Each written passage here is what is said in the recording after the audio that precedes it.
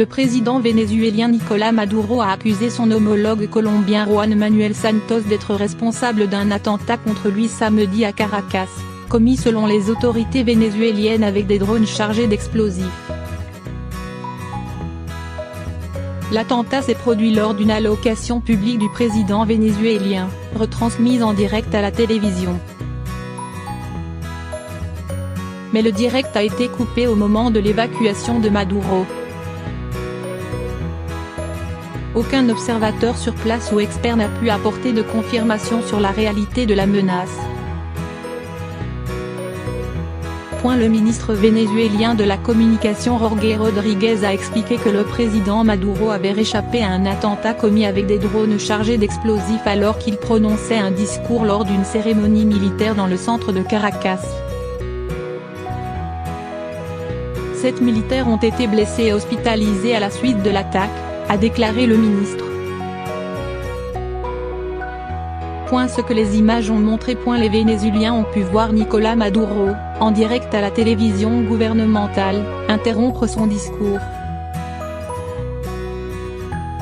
En pleine allocution, après une détonation, Maduro, son épouse Cilia Flor et Léo Gradé qui les entouraient sur une estrade ont regardé vers le ciel, l'air surpris et inquiet.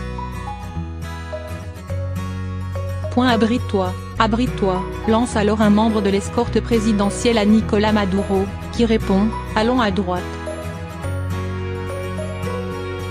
Après quoi la caméra a montré plusieurs centaines de soldats en train de rompre soudainement les rangs et de se mettre à courir sur l'avenue où se déroulait l'événement, dans une certaine confusion.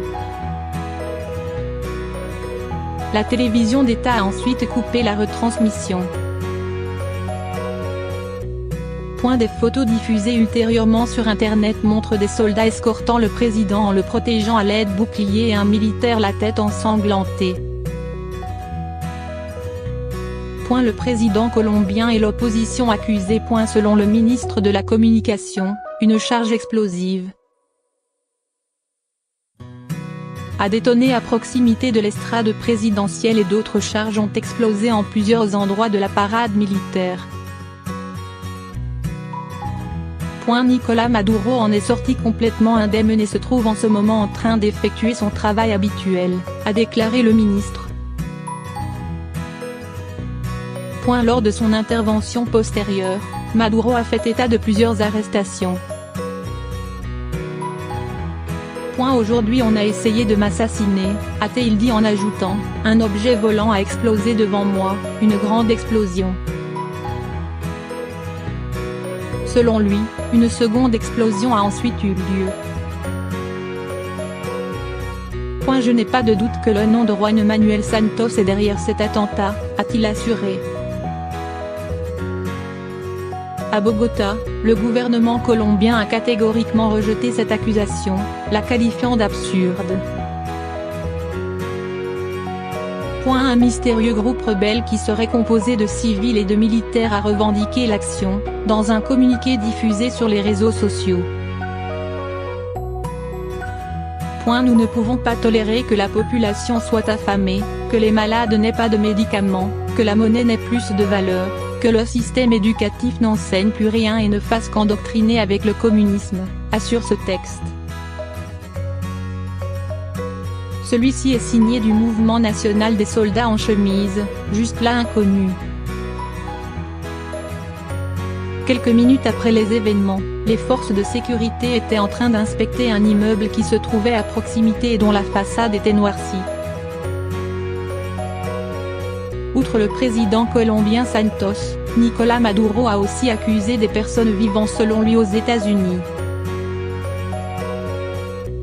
Les premières investigations nous indiquent que plusieurs des financiers de l'attentat vivent aux États-Unis, dans l'État de Floride, selon lui.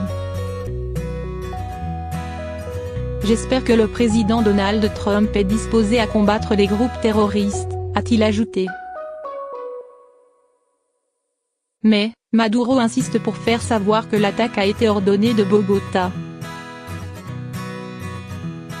La réponse du président colombien. Le gouvernement colombien a qualifié d'absurde l'accusation du président vénézuélien Nicolás Maduro. Il est absurde et infondé de dire que le président colombien serait responsable de l'attentat supposé contre le président vénézuélien. Le communiqué Le ministère des Affaires étrangères précise que comme d'habitude, le président vénézuélien accuse en permanence la Colombie de tout ce qui se passe. Nous exigeons le respect pour le président Juan Manuel Santos, pour le gouvernement et pour le peuple colombien. Juan Manuel Santos mène la contestation internationale contre le pouvoir de Maduro, qu'il qualifie de dictateur. Dans une interview avec l'AFP lundi dernier à Bogota, le président colombien a déclaré qu'il pensait proche la chute du régime chaviste en raison de l'hyperinflation que connaît le Venezuela, estimée par le Fonds monétaire international, FMI, à 1,000% pour cette année. Il a estimé que ce qui pourrait arriver de mieux pour le Venezuela et pour la Colombie, qui ont une frontière commune de 200 km, serait que Maduro tombe, si possible de manière pacifique. Santos a déclaré que cela n'était pas encore arrivé parce que le gouvernement vénézuélien exerce une répression toujours plus efficace qui est parvenue à dissuader les opposants de relancer des manifestations massives. Le président colombien a durci sa position contre Maduro après l'installation au Venezuela en 2017 d'une assemblée constituante entièrement contrôlée par les partisans du président socialiste. Il a notamment laissé vacant le poste d'ambassadeur colombien à Caracas.